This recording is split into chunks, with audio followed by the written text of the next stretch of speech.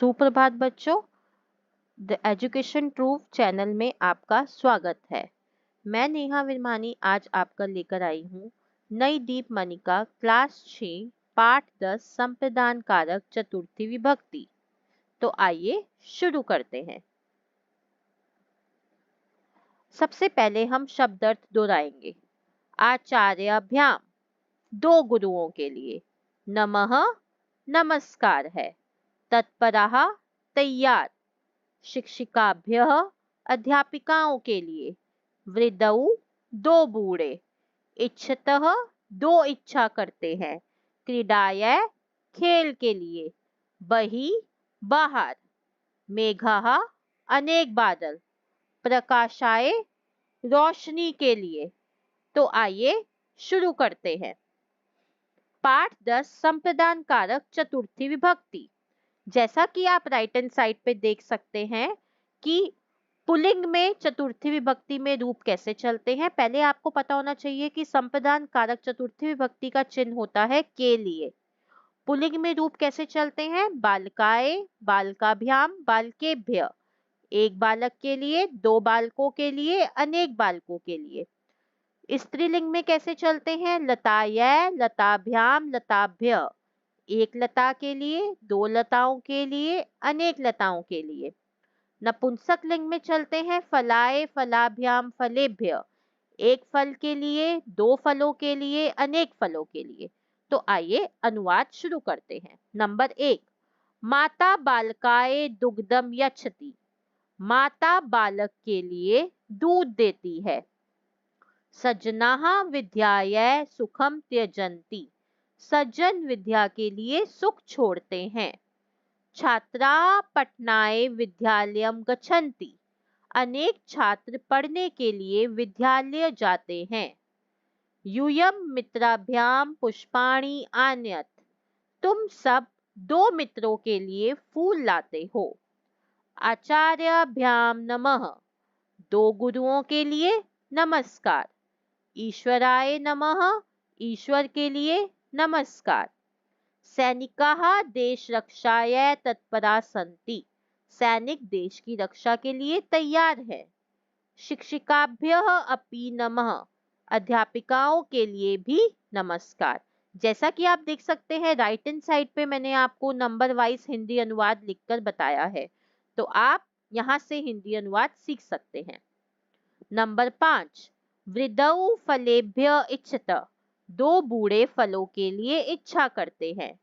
वयम क्रीडायै बहि गच्छामः, हम सब खेलने के लिए बाहर जाते हैं। नंबर 6, मेघाः जलाय भवन्ति, बादल जल के लिए होते हैं।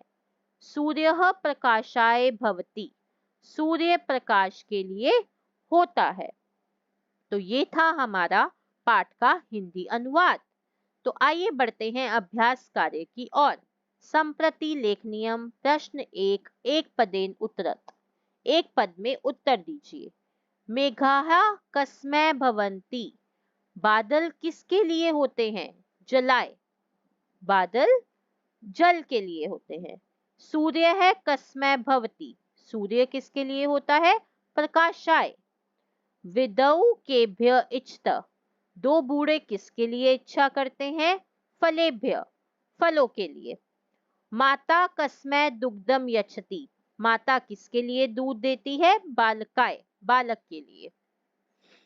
प्रश्न 2, कोष्ठकेषु दत्तेषु शब्देषु चतुर्थी विभक्ति प्रयोगेन रिक्त स्थानानि पूरयत, कोष्ठक में दिए गए शब्दों में चतुर्थी विभक्ति लगाकर रिक्त स्थान भरिए। वयम डैश विद्यालयम गच्छामः, हम सब विद्यालय जाते हैं। पढ़ने के लिए, पठनाय। जना डैश उद्यानम गच्छन्ति, अनेक लोग बगीचे जाते हैं, बगीचे की ओर जाते हैं। भ्रमण भ्रमणाय, घूमने के लिए, अनेक लोग घूमने के लिए बगीचे को जाते हैं। गृहम डैश भवति, घर होता है। निवासाय, रहने के लिए। डैश नमः, जनक का हो गया जनकाय, मतलब पिता के लिए नमस्कार। सैनिकाः डैश गच्छन्ति रक्षा, अनेक सैनिक रक्षा के लिए जाते हैं। न प्रश्न 3, कोष्ठकात् उचितम विकल्पम चिनुत, कोष्ठक में से उचित विकल्प चुनिए। घूमने के लिए भ्रमणाय, प्रकाश के लिए प्रकाशाय, अनेक फलों के लिए फलेभ्य, अनेक फलों के लिए फलेभ्य क्यों आया? क्योंकि ये आपका नपुंसक लिंग का बहुवचन का शब्द है। दो नेत्रों के लिए नेत्राभ्याम, द्विवचन का शब्द। अनेक लड़कियों के लिए बालिकाभ्य, क्योंकि ये आपका पुल्लिंग का स्त्रीलिंग का बहुवचन का शब्द है। भाषा अवबोधनम।